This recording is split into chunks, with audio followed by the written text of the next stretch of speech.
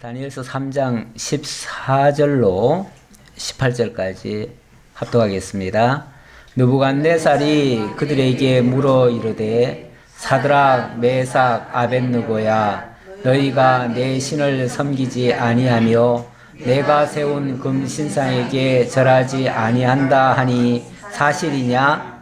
이제라도 너희가 준비하였다가 나팔과 피리와 수금과 삼형금과 양금과 생황과 및 모든 악기 소리를 들을 때 내가 만든 신상 앞에 엎드려 절하면 좋거니와 너희가 만일 절하지 아니하면 즉시 너희를 맹렬히 타는 풀무불 가운데에 던져놓을 것이니 누가 내 손에서 건져낼 신이 누구이겠느냐 하니 사드락과 메삭과 아벳느고가 왕에게 대답하여 이르되 느부갓네살이여 우리가 이 일에 대하여 왕에게 대답할 필요가 없나이다. 왕이여 우리가 섬기는 하나님이 계시다면 우리를 맹렬히 타는 풀무불 가운데서 능히 건져내시겠고 왕의 손에서도 건져내시리이다. 그렇게 하지 아니하실지라도 왕이여 우리가 왕의 신들을 섬기지도 아니하고 왕이 세우신 금신상에게 절하지도 아니할 줄을 아옵소서. 아멘. 정말 이 다니엘서를 보면 신앙의 자세가 어떠해야 되는가를 다시 한번 생각하게 하는 그런 말씀이 되겠습니다. 조건으로 말하면 최악의 조건에 살았던 사람이죠. 최악의 조건에 살면서 신앙적으로는 가장 우수하게 그렇게 대응한 사람. 우리는 지금 너무 최상의 조건에서 살면서 우리 신앙의 모습은 때때로 좀 실망을 금치 못하는 그런 모습을 보일 때가 종종 있어요. 뭐 누구 얘기할 거 없이 우리 각자 자신을 돌아보면 그럴 수 있습니다. 그래서 때때로 정말 우리의 신앙이 별거 아니었구나, 별 볼 일 없구나, 정말 하나님이 너 신앙 제대로 지키고 있느냐 하면 큰 소리 못 치겠구나라는 그런 반성을 하게 되어집니다. 오늘 본문 내용 정말 뭐 신앙인으로서는 마땅히 이런 자세, 이런 모습, 이런 표현들이 있어야 됩니다. 그러나 우리는 이런 소리 했다가는 바로 죽을 줄 알고 이런 소리는 절대 죽어도 못하지요. 사실 이런 소리 하려면은 죽음을 내대고 해야 되는 거예요. 죽으면 죽으리다라는 그런 각오로 사실은 임하지 않으면은 도저히 할 수 없는 말입니다. 어떻게 해요? 죽인다는데. 죽인다는 건 간두고 당장 직장에서 자른다는데 주일도 못 지키는데 자른다고만 해도 우리가 그냥 벌벌 떠는데 뭐 자꾸 얘기하면 잔소리가 되죠. 우리는 작은 거 하나도 사실은 못 내려놓고 있습니다. 솔직히 주일날 무슨 행사만 있다고 해도 우리는 양보하고요. 뭐 직장에 무슨 일이 있다 그러면은 우리는 양보하고요. 정말 다니엘을 보면 정말 어떻게 이렇게까지 살아갈 수가 있을까? 이렇게 신앙의 절개를 지키면서 어떻게 우리는 할 수가 있을까? 뭐 도저히 바로 교훈으로 얘기한다면 우리는 뭐 흉내도 못 내는 그러한 신앙의 모습입니다. 어쨌든 이것이 신앙의 선배로서, 대선배로서, 믿음의 사람으로서 이런 길을 걸어갈 수 있었다고 하는 것은 그만큼 그가 믿는 하나님에 대한 확신이 있었기 때문에 가능한 얘기예요. 히브리서에 보면, 히브리서 11장인가요? 그 믿음의 장에 보면 믿음의 선진들의 이야기가 쭉 나오잖아요. 그들은 때때로 정말 목을 내놓고 그렇게 순교를 각오하고 돌에 맞아 죽으면서까지 그 신앙의 절개를 꺾지 않는 그런 모습들을 보이는데 우리로서는 도저히 뭐 흉내도 못 내는 그런 모습입니다. 우리는 뭐 너무나 과거에 대해서 참 타협하고 협상하고 양보하고 절개를 꺾었던 그런 일들이 너무나 많아요. 그래서 말하면 창피해서 말도 다 못하겠고요. 예, 그렇습니다. 자, 오늘 말씀, 지금 하나님께서는 자꾸 어려운 환경을 자꾸 주시네요. 그렇죠? 예, 어려운 환경을 주셔요. 그런데 어려운 환경이 진짜 어렵고 진짜 성도에게 엄청난 피해만 가져다 주는 것인가? 그렇지는 또 않아요. 그 어려운 문제 때문에 오히려 그 부분을 이기고 극복한 신앙인의 모습이 하나님께서 굉장히 높여주시는, 어찌 말하면 전화와 위복이 되어지는 그런 역사로 바뀌어져요. 만약에 이런 사실을 한 번, 두 번 경험하고 나면요, 그 다음부터는 아무리 어려운 일, 정말 당장 목을 치려고 하는 그것까지라도 능히 감당할 수 있는 그런 신앙으로 다듬어져 가는 거죠. 그러니까 어찌 보면 이러한 환난과 역경, 어려움이라고 하는 것은 일종의 시험인데 하나님께서 망하게 하시려는 시험이 아니라 그를 높이시려고 하는, 그리고 당신을 통해서 하나님의 영광을 드러내시려고 하는 그런 하나님의 특별한 섭리였다라는 것이 성경의 가르침이에요. 그리고 보면 우리에게도 여러 가지 현실적으로 어려운 문제들이 발생하겠지만 그런 것들이, 이런 부분을 우리가 배우고 나면 아무리 어려운 일이 와도 그래, 이까짓 거 하나님께서 목 내놓으라고 하는 것도 아니고 우리로 하여금 잠깐의 시험을 통해서 나의 신앙을 달아보시고 정말 하나님 앞에 바로 세우시려고 하는, 더 한 단계 높이시려고 하는 하나님의 특별한 은혜의 섭리야. 이렇게 받아들이면 그 시험이 너무 고마운 거죠. 감사한 거죠. 원래 공부 잘하는 학생들은요, 시험 칠 때가 즐겁대요. 왜냐하면 시험만 치면은 자기 실력이 드러나니까. 그래서 진짜 시험을 즐길 줄 아는 사람이 진짜 실력자예요. 우리는 자꾸 시험을 피하려고만 하죠. 피하려고만 하는데 피해가지고는 안 자라요. 피해가지고는 이득이 없어요.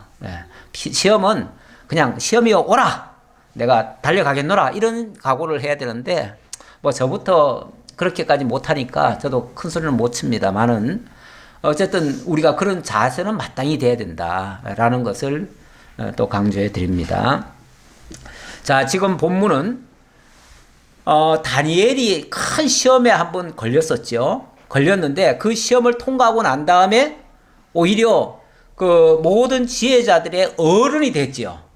왕궁에 픽업이 되어지고 굉장히 높은 자리에 올라가고, 그러니까 그 시험이 오히려 그 다니엘을 드높이고 하나님의 영광을 높이는 일에 되었고, 자, 이번 시험은, 이거는 다니엘에게 주신 시험이 아니라 다니엘의 세 친구들에게 주신 시험이에요. 그래서 약간 그 대상은 다릅니다. 대상은 다른데 제가 봐서는 어찌 보면 이 시험이 더 큰 시험일 수도 있어요. 왜냐하면 이 시험은 지난번에 그 느부갓네살 왕이 뭐 처음에 꿈을 꿨는데 뭐 신상 금머리에다가 뭐 이런 꿈을 꿨다고 얘기하니까, 그걸 이제 다니엘이 얘기해 주니까, 그리고 당신이 이 금머리입니다 라고 얘기하니까 자기가 마치 금신이나 되는 것이냐, 그래가지고 자기를 본따 가지고 금 신상을 만들어 버렸어요. 만들어 놓고, 자, 내가 이렇게 위대한 왕이니 모든 백성들은 다 나를 섬겨라, 이렇게 명령을 내려버렸어요. 그래 놓고 거기다가 한술 더 떴죠. 만약에 여기에 저항하거나 거부하는 자가 있다면 그는 풀무불에다 집어넣을 거다, 이런 식으로 겁박까지 했죠. 근데 거기에 1번 타자로 누가 걸렸어요? 바로 이 다니엘의 세 친구들이 걸렸어요.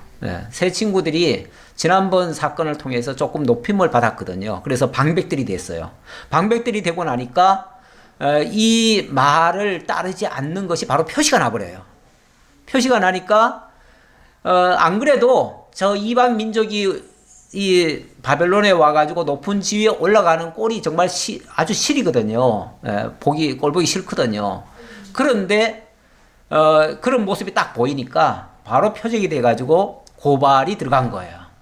그래서 참소하는 자가 거기다 덧붙여가지고, 아, 이렇게 이런 친구들이 왕은 그렇게 명을 했는데 그걸 정면으로 거부하고 이렇게 하고 있습니다, 이런 식으로 고발을 했어요. 그랬더니 일단은 굉장히 불쾌했지요. 느부갓네살 왕 입장에서는. 아니 내가 명령한 걸 감히 누가 거부한단 말이야. 하지만은 다니엘과 그 세 친구들이 너무나 귀하다는 걸 알았어요. 알았기 때문에 내가 직접 한번 보겠다. 보고 사실 여부를 확인한 다음에 설마 무슨 오해가 있었겠지. 무슨 사정이 있었겠지. 그래서 웬만하면 봐주려고 아주 좋은 말로 얘기를 합니다. 좋은 말로 너가 정말로 그랬느냐.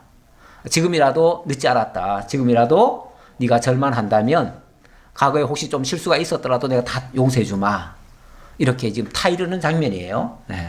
14절 다시 보겠습니다. 느부갓네살이 그들에게 물어 이르되 사드락 메삭 아벳느고야 너희가 내 신을 섬기지 아니하며 내가 세운 금신상에게 절하지 아니한다 하니 사실이냐?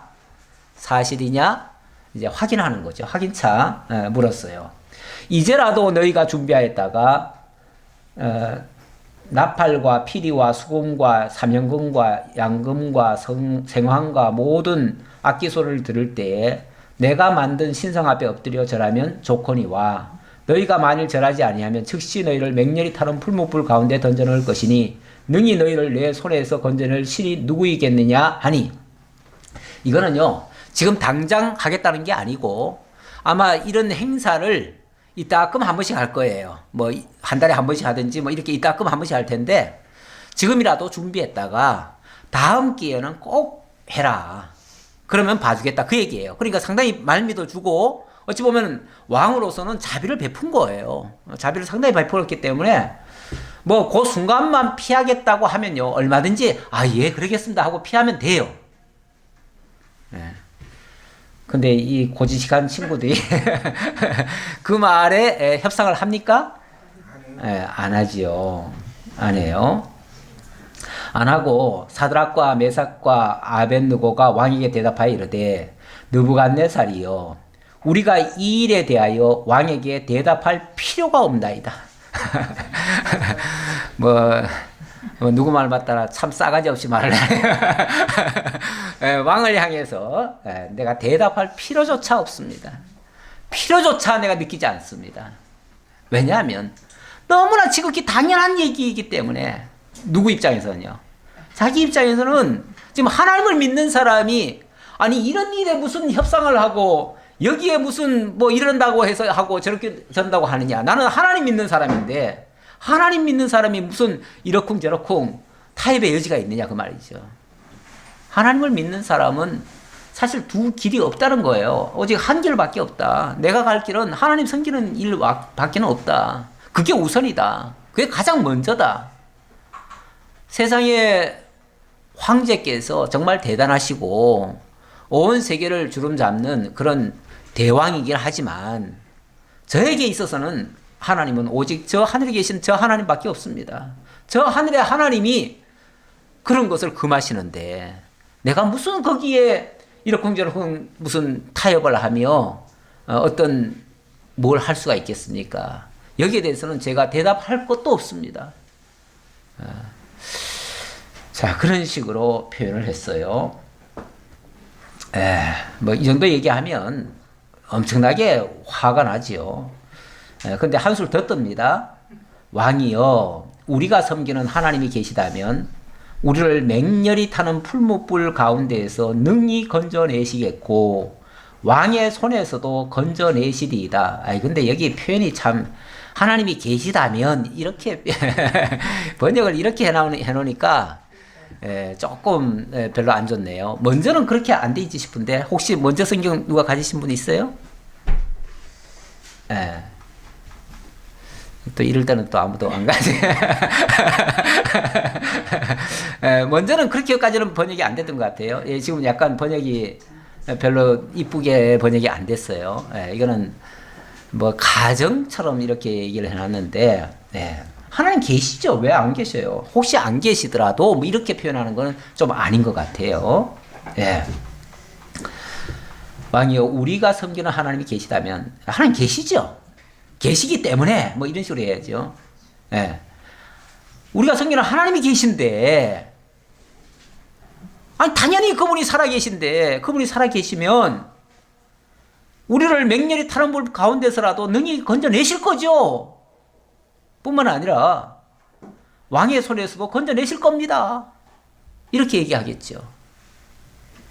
거기서 더 나아가서 설령 그렇게 하지 아니하실지라도, 그리 아니하실지라도, 설령 나는 그렇게 믿고 있지만 뭐 하나님이 안 하실 수도 있는 거죠. 날 죽게 할 수도 있는 거죠. 설령 죽게 한다 할지라도 우리가 왕의 신들을 섬기지 아니하고 왕이 세우신 금신상에게 절하지 아니할 줄을 아옵소서. 요 사실을 명심하세요. 왕이시여. 여기에 무슨 타협이나 다른 어떤 이유가 조건이 뭐 해당되지 않습니다. 저는 다른 얘기는 할 것도 없습니다. 하나님 살아계십니다. 난 살아계심을 믿기 때문에 설령 그것 때문에 왕이 날 죽이신다면 우리는 차라리 죽지요. 죽으면 죽었지. 하나님이 하지 말라는 일은 할 수가 없습니다. 그러면서 강조한 것은 하나님 살아계십니다. 이거예요. 하나님 살아계십니다. 만일이 아니에요. 하나님 살아계십니다. 살아계심을 믿기 때문에 그런 소리를 하는 거예요. 솔직히 하나님이 살아계신지 안 살아계신지 반반이면요, 이럴 때는 반반으로 어떻게 빠져나가는 방법을 찾지요. 사람이 그렇잖아요. 목숨이 하나밖에 없는데 그 목숨 잃으면 말짱 헛건데 어떻게 그 목숨을 걸고 이런 말을 할 수 있겠어요. 틀림없이 이 말하면은 왕의 화를 돋구는 일은 틀림없는데 어쩌면 왕은요 큰 자비를 베풀었어요. 다음에 그런 일이 있을 때는 반드시 해라. 미리 준비했다가 그렇게 해라. 이렇게 지금 여기까지 줬잖아요. 그렇기 때문에 그 순간은 모면하고 나중에 뭐 기도해보고 우리 왜 흔히 얘기하잖아요. 뭐 어려운 문제 부딪히면 뭐 해보고? 기도해보고 기도해보고 결정할게요. 아니 사실 답이 뻔하잖아요. 우리가 하나님을 안다면 답은 뻔한데 뭘 기도해보고 할 게 뭐 있어요. 기도해본다는 거는 발람의 기도죠. 발람이 뭐 했어요? 하나님을 저주하는데 데리고 간다고 하니까 내가 올 저에게 하나님이 허락하실는지 안 하실는지 내가 기도해보고 갈게요. 아니 하나님 저주하라는데 그게 무슨 기도할 거리예요. 그게 무조건 안 갈 일이지. 나는 그럴 수는 없습니다. 이렇게 말하는 게 맞지. 거기 기도해보고 하는 말은요, 그거는 가고 싶은 마음이 꿀뚝 같은 거예요. 왜냐하면 황금덩어리가 앞에 보이거든요. 가기만 하면 황금덩어리가 주거든요. 그러니까 그걸 못 놓치는 거죠.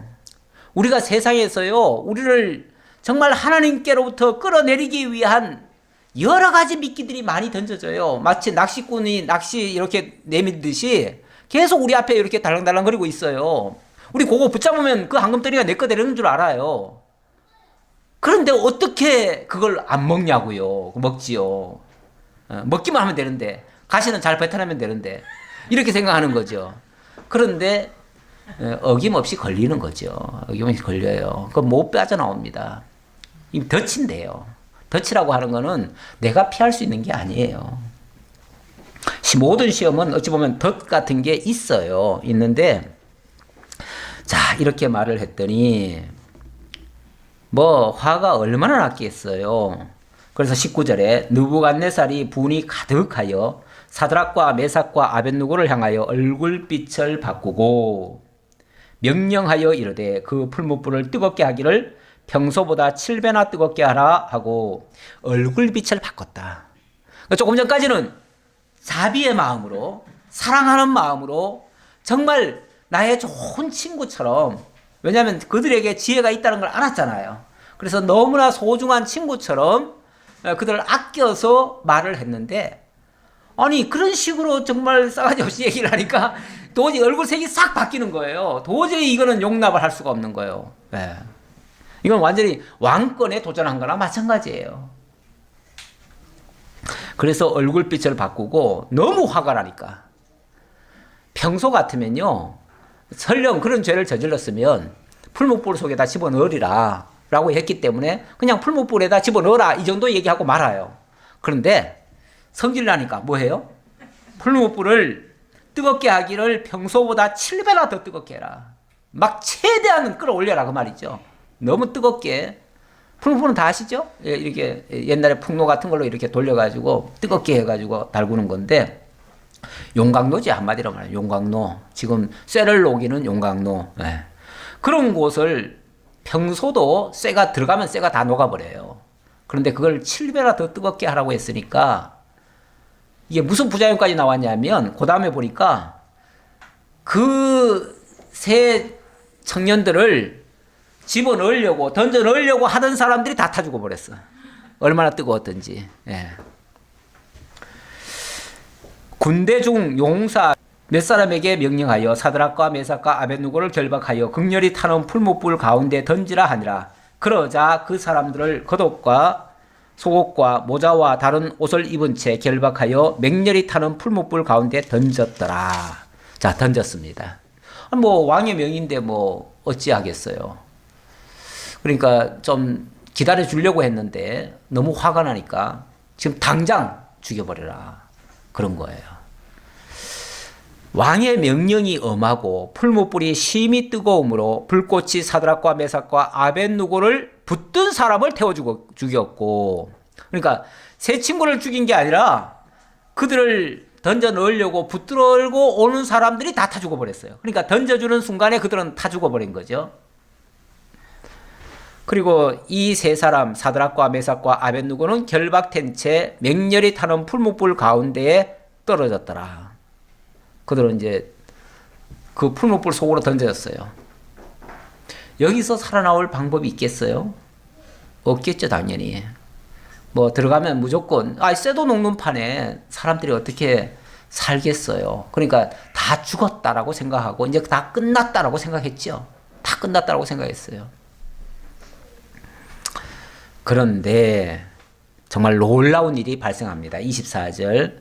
그때에 느부갓네살 왕이 놀라 급히 일어나서 모사들에게 물어 이르되 우리가 결박하여 불 가운데 던진 자는 세 사람이 아니었느냐 하니 그들이 왕에게 대답하여 이르되 왕이여 올소이다 하더라. 갑자기 느부갓네살 왕이 깜짝 놀랐어요.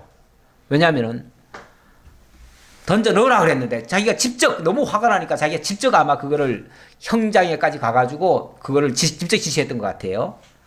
그러니까 던져 넣으라 했으니까 던져 넣었는데 던져 넣던 사람이 다 타 죽었어요. 그런데 던져진 사람이 잠시 있다 보니까 풀무불 속에 사람들이 걸어다니는 거예요.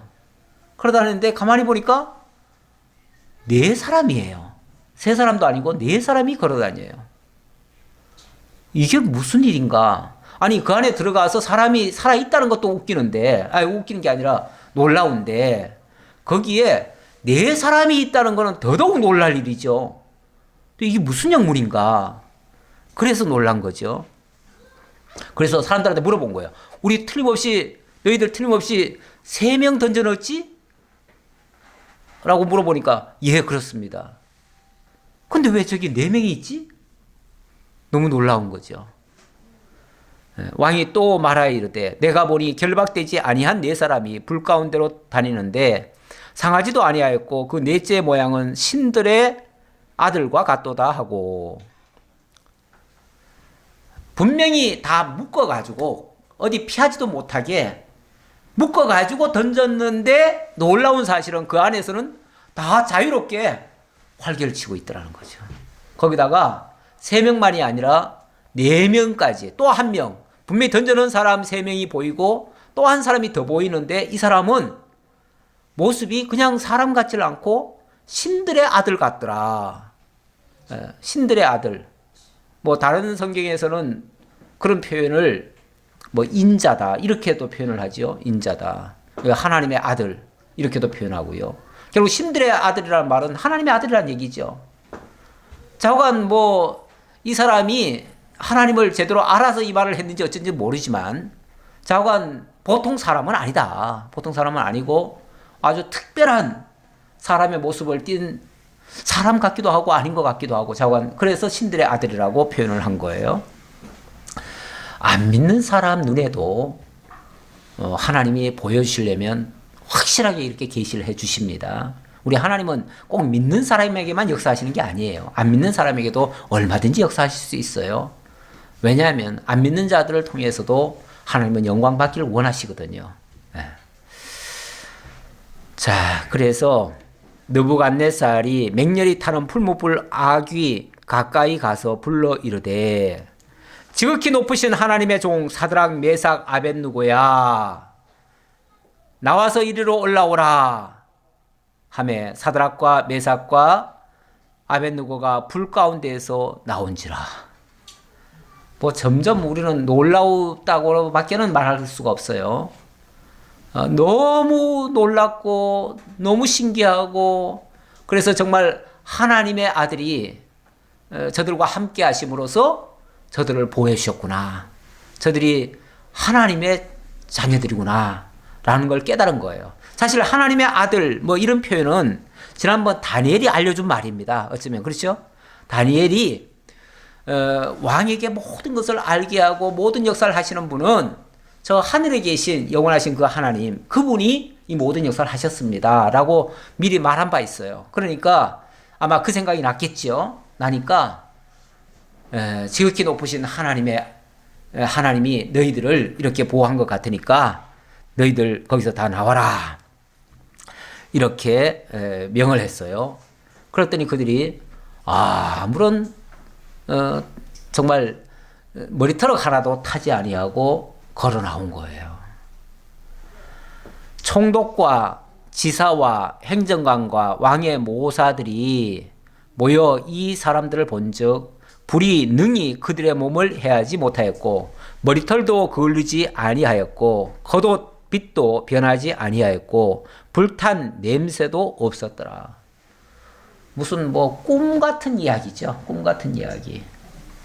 정말 이런 일이 현실적으로 가능할까?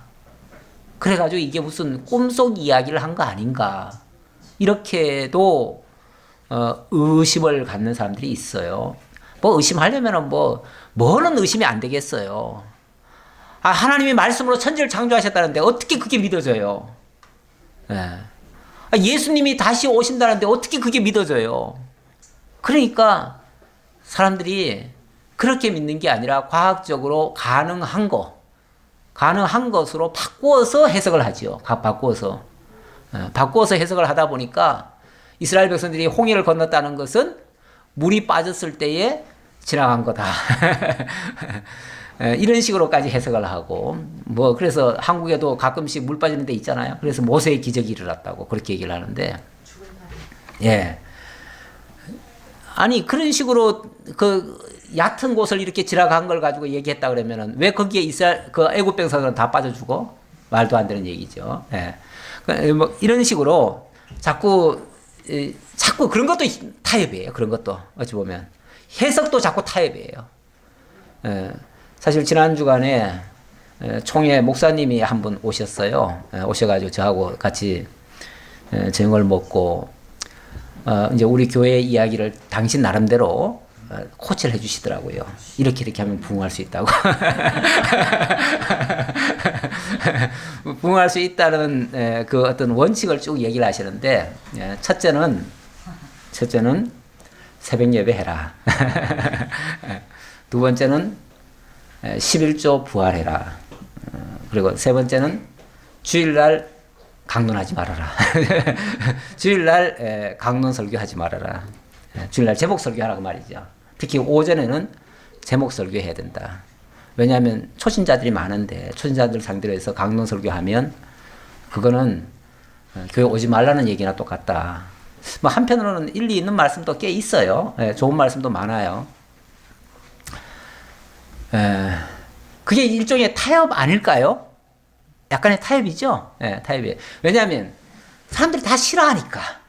시간 길게 끄는 것도 싫어하고 막 계속 강론으로 계속 나가면서 어려운 얘기 때로는 어려운 게 있잖아요. 솔직히 강론식으로 계속 가다 보면요 걸리는 거 꽤 많습니다. 솔직히 있어요. 저도 느껴요.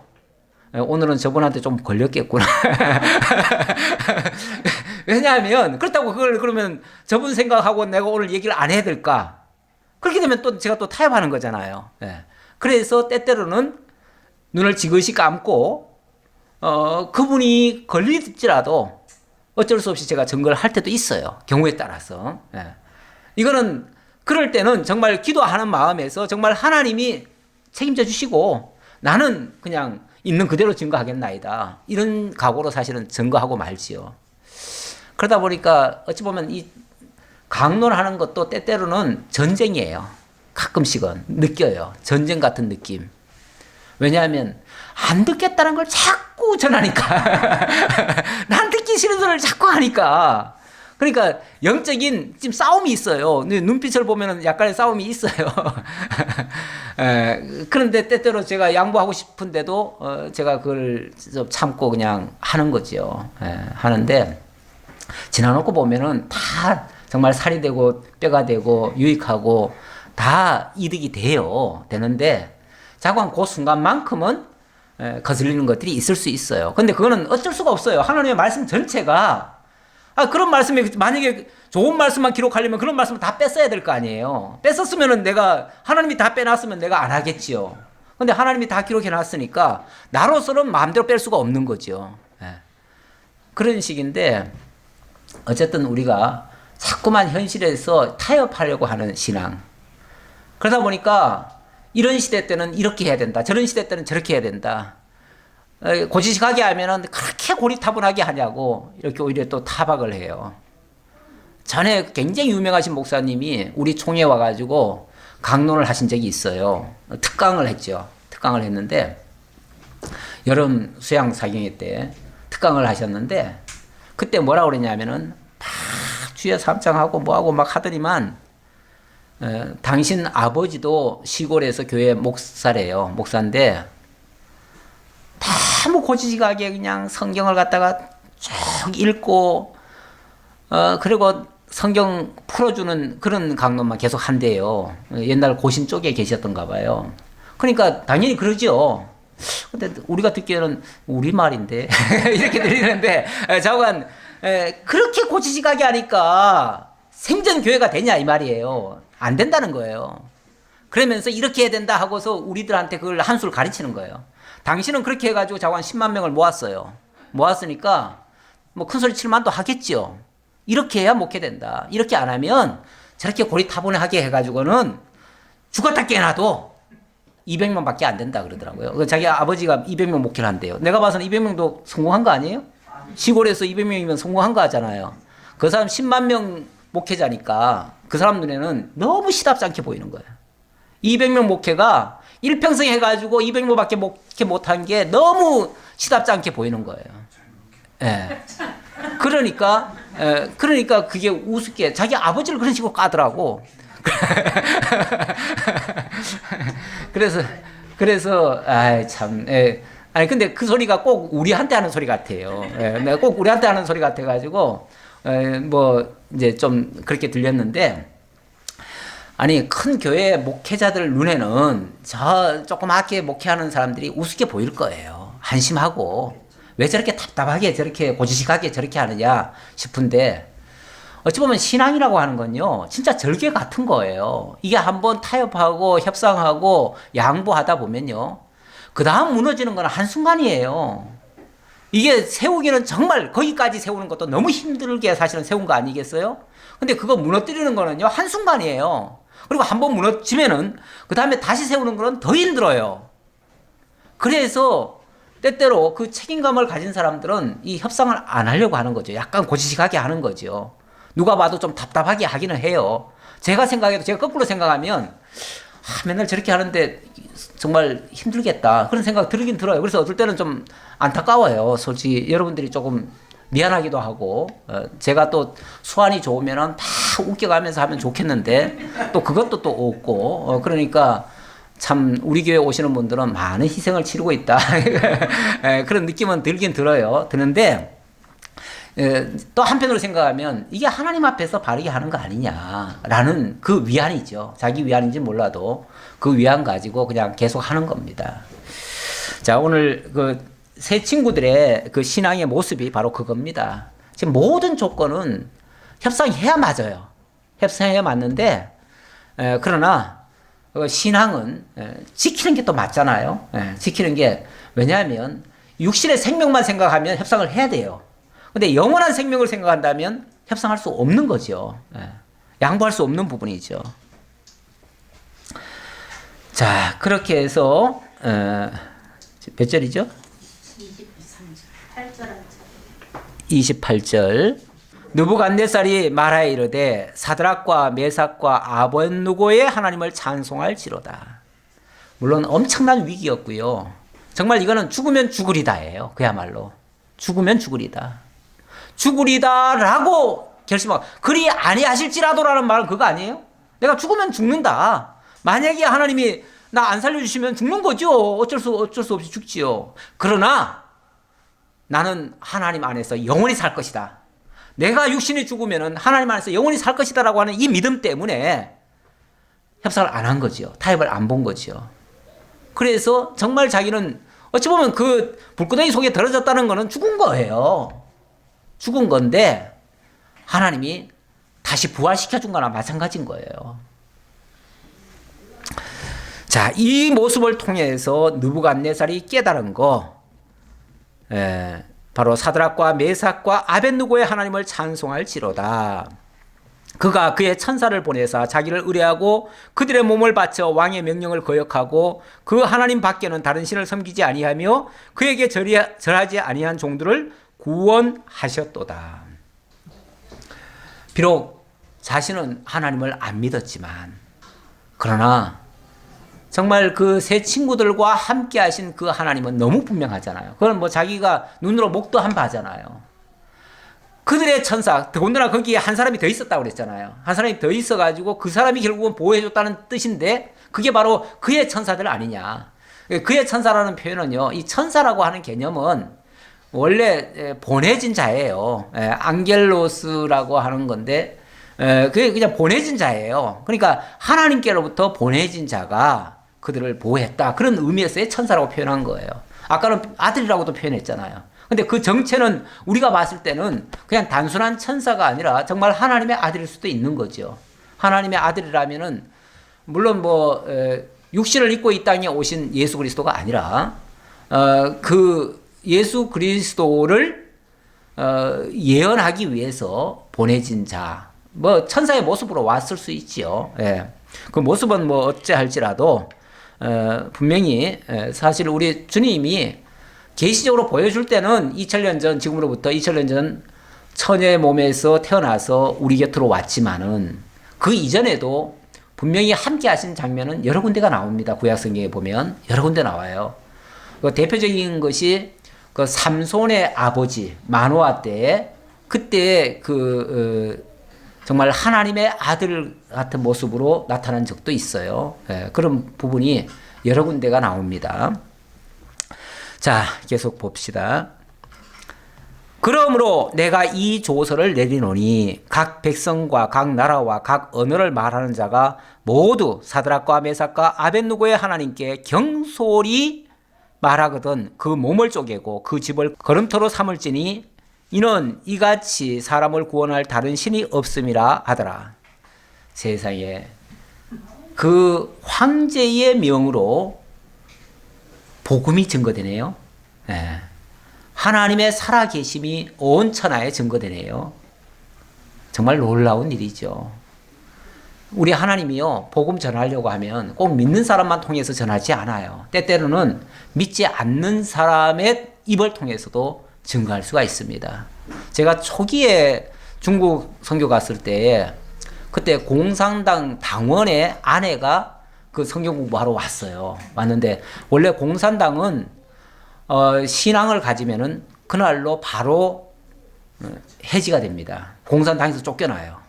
근데 그 공산당들은 공산당이 되는 게 아주 일평생 자기네들의 목표예요.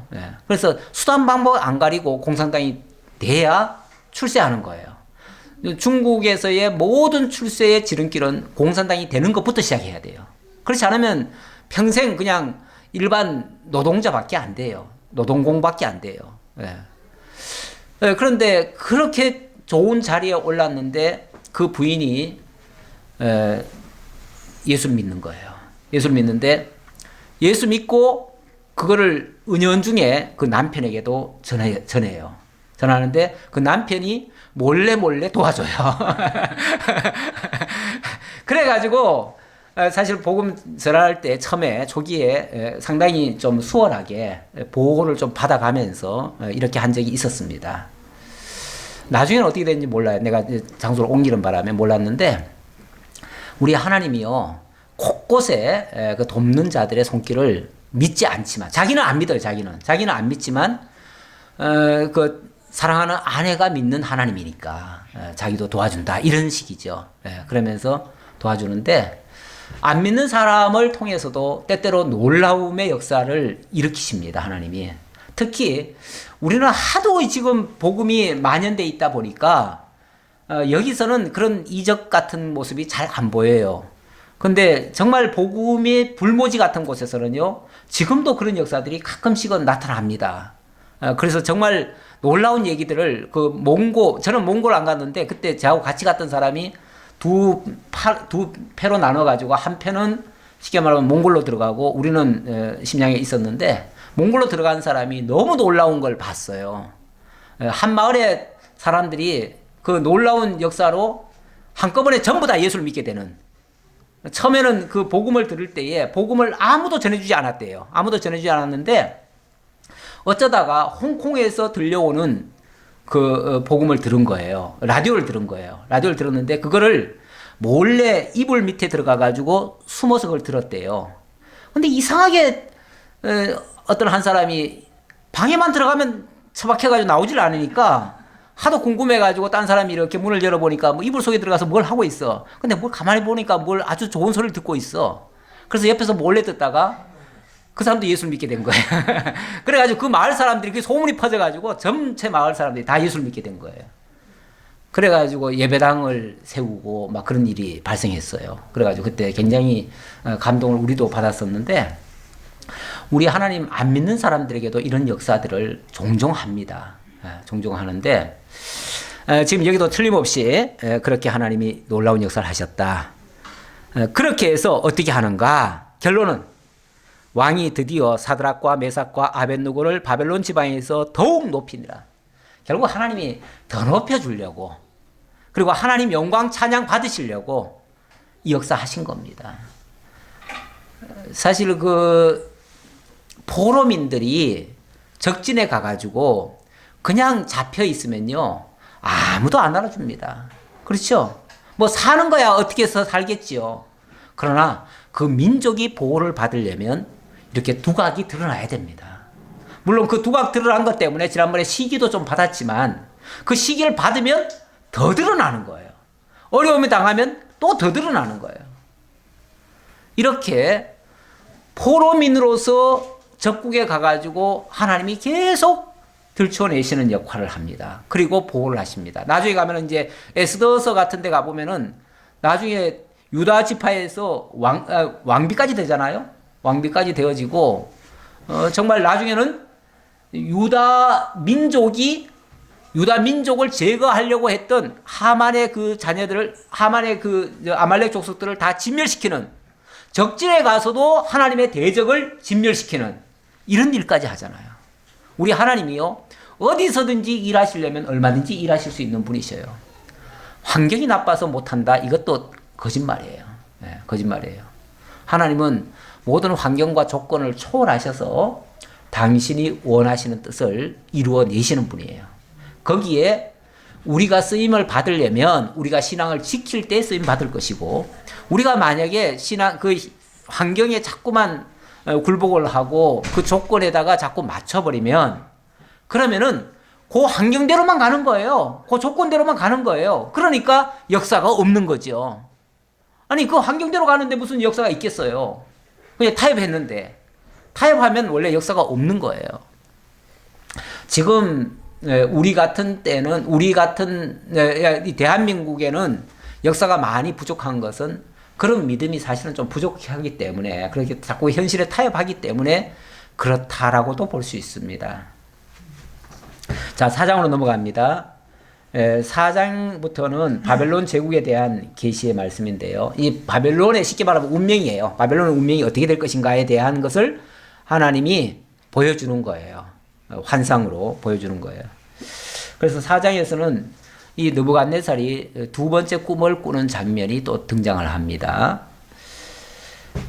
그런데 이 꿈이라고 하는 게 한 번씩 꾸는 거야. 뭐 그냥 뭐 개꿈처럼 그냥 흘려버릴 수도 있는 건데 이게 거듭거듭 꾸어진다고 하는 거는 거기에는 굉장히 중요한 의미도 담겨 있을 수 있어요. 그래서 만약에 비슷한 꿈을 반복적으로 꾼다는 것은 하나님께서 뭔가를 깨닫게 하시려는 그런 뜻도 있을 수 있다라는 것을 아울러 이 본문을 통해서 볼 수 있는데, 그렇다고 그걸 뭐 오늘 우리에게 다 그대로 적용해서, 왜냐하면 우리는 무슨 예언자가 아니잖아요. 우리가 무슨 계시받고 그걸 예언하는 사람들이 아니기 때문에 우리는 우리에게 주어지는 꿈을 갖다가 무슨 예언처럼 받는 것은 조금 오버하는 거라고도 볼 수 있습니다. 그래서 일단 성경에서는 거듭 꾸는 꿈은 하나님의 계시의 말씀이다, 이렇게 볼 수 있다는 얘기죠. 자, 4장 1절로부터 3절까지 아직은 더 찬양하는 장면이 나옵니다. 느부갓네살 왕이 천하에 거주하는 모든 백성들과 나라들과 각 언어를 말하는 자들에게 조서를 내리노라. 원하노니 너에게 큰 평강이 있을지어다. 지극히 높으신 하나님이 내게 행하신 이적과 놀라운 일을 내가 알게 하기를 즐겨하노라. 참으로 크도다 그의 이적이여, 참으로 능하도다 그의 놀라운 일이여. 그의 나라는 영원한 나라요, 그의 통치는 대대에 이르리로다. 이거는 이 느부갓네살이 뭔가를 지금부터 이제 다시 뭘 하려고 하는데 그 이전에 먼저 하나님의 이 위대함을 먼저 선포하고 한다, 그런 뜻이에요. 그래서 선포를 하는데, 물론 이 선포는 앞에서 놀라운 역사를 두 번이나 봤잖아요. 다니엘을 통해서 한번 봤고 또 이 세 친구들을 통해서 한번 봤어요. 그래서 정말 그 하나님이 하시는 일은 이 세상에서 되어지는 이 그런 일들보다 월등히 더 탁월하고 우월하고 또 놀라운 그런 역사들이다. 이 말을 먼저 서두에 꺼내는 이유는 그 다음에 나오는 것이 이제 또 꿈 얘기가 나오잖아요. 그러니까 자기에게 또 이상한 꿈이 또 꾸어졌어요. 꾸어졌는데 아마도 지난번에도 이제 예를 들어서 그 금우상, 금신상 봤을 때 그 머리가 자기라고 그랬잖아요. 느부갓네살이요, 뭐 이렇게 얘기하니까 자기 시대가 굉장히 영화롭고 굉장히 멋지게 이렇게 펼쳐질 것이라고 아마 기대를 했던 것 같아요. 그래서 이런 꿈을 주었을 때 어찌 보면 이거는 약간의 자랑이에요. 약간 뭔가 또 기대도 했던 것 같아요. 왜냐하면 지난번하고 좀 반응이 달라요. 지난번에는 꿈을 꾸고 굉장히 번민스럽고 그것 때문에 막 죽을 지경이 돼가지고 그거 답을 안 알려주는 자들에게는 막 죽이려고까지 했잖아요. 심지어 자기가 무슨 꿈 꿨는지 알려켜도 안 주고 그랬잖아요. 근데 이번에는 꿈을 꿔놓고 약간은 뭐 합니까? 그렇게 자기에게 그 꿈을 주신 하나님을 찬양했잖아요. 찬양하고 그 다음에는 자기가 그 꿈을 갖다가 막 자랑삼아 얘기해요. 이번에는. 그렇죠? 자랑삼아 얘기하는데 지혜자들에게 물어보니까 지혜자들이 좋게 얘기를 안 해요. 무슨 영문인지를 몰라요. 답을 안 줘요. 답을 안 주니까 그게 이제 조금 답답했던 거야. 그러니까 자기는 굉장히 자랑삼아 얘기를 하는데 그거에 대한 좋은 해답이 안 나오니까 그게 좀 초조했던 거예요. 초조해가지고 그렇다면은 다니엘을 불러다가 다니엘한테 물어봐야 되겠다 해가지고 다니엘한테 그 바톤이 넘어가는 거예요. 그러니까 지난번하고의 약간 모습이 좀 다르죠. 다른 이유가 그런 것 때문이라고 볼 수 있습니다. 4장 4절 나 느부갓네살이 내 집에 편히 있으며 내 궁에서 평강할 때에 한 꿈을 꾸고 그로 말미암아 두려워하였으니 받은 환상으로 말미암아 번민하였었노라. 이러므로 내가 명령을 내려 바벨론의 모든 지혜자들을 내 앞으로 불러다가 그 꿈의 해석을 내게 알게 하라 하였더라. 그때 박수와 술객과 갈대아 술사와 점쟁이가 들어왔으므로 내가 그 꿈을 그들에게 말하였으나 그들이 그 해석을 내게 알려주지 못하였느니라.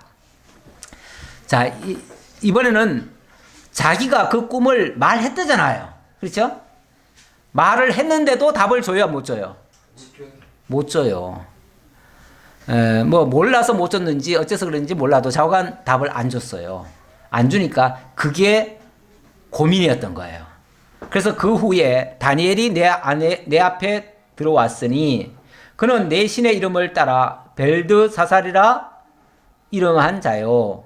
그의 아내는 거룩한 신들의 영이 있는 자라. 내가 그에게 꿈을 말하여 이르되 박수장 벨드사자라, 내 안에는 거룩한 신들의 영이 있은즉 어떤 은밀한 것이라도 내게는 어려울 것이 없는 줄을 내가 아노니 내 꿈에 본 환상의 해석을 네게 말하리라. 내가 침상에서 나의 머릿속으로 받은 환상이 이러하니라. 내가 본즉 땅의 중앙에 한 나무가 있는 것을 보았는데 높이가 높더니 그 나무가 자라서 견고하여 지고 그 높이는 하늘에 닿았으니 그 모양이 땅 끝에서도 보이겠고 그 잎사귀는 아름답고 그 열매는 많아서 만민의 먹을 것이 될 만하고 들짐승이 그 그늘에 있으며 공중에 나는 새는 그 가지에 깃들이고 육체를 가진 모든 것이 거기에서 먹을 것을 얻더라. 얼른 생각해봐도 괜찮은 꿈 같아요. 그렇죠? 왜냐하면 뭐 좋은 얘기잖아요. 큰 나무가 있는데 열매가 맺고 거기에 뭐 많은 것들이 와가지고 깃들고 뭐 다 풍족히 나눠주고 하는 거니까 은근히 아마 나의 영화와 나의 이 제국의 그 위대함이 모든 나라에 이렇게 할 거다라는 어떤 그런 느낌 같아요. 그러니까 자랑 삼아 얘기하는 거예요. 자랑 삼아. 그래서 왕이 다니엘에게 그 꿈의 해석을 알려달라고 하는데 과연 다니엘은 어떻게 답을 하는지 이 부분은 우리 다음 주에 좀 더 살펴보도록 하고요. 오늘 몇 절까지 했습니까? 12절까지 했나요? 12절까지 살펴보았습니다. 상당히 궁금하죠? 읽으면 다 나와요. 읽어보시고 저는 거기에 대한 의미를 또 전달하는 그런 식으로 하겠습니다.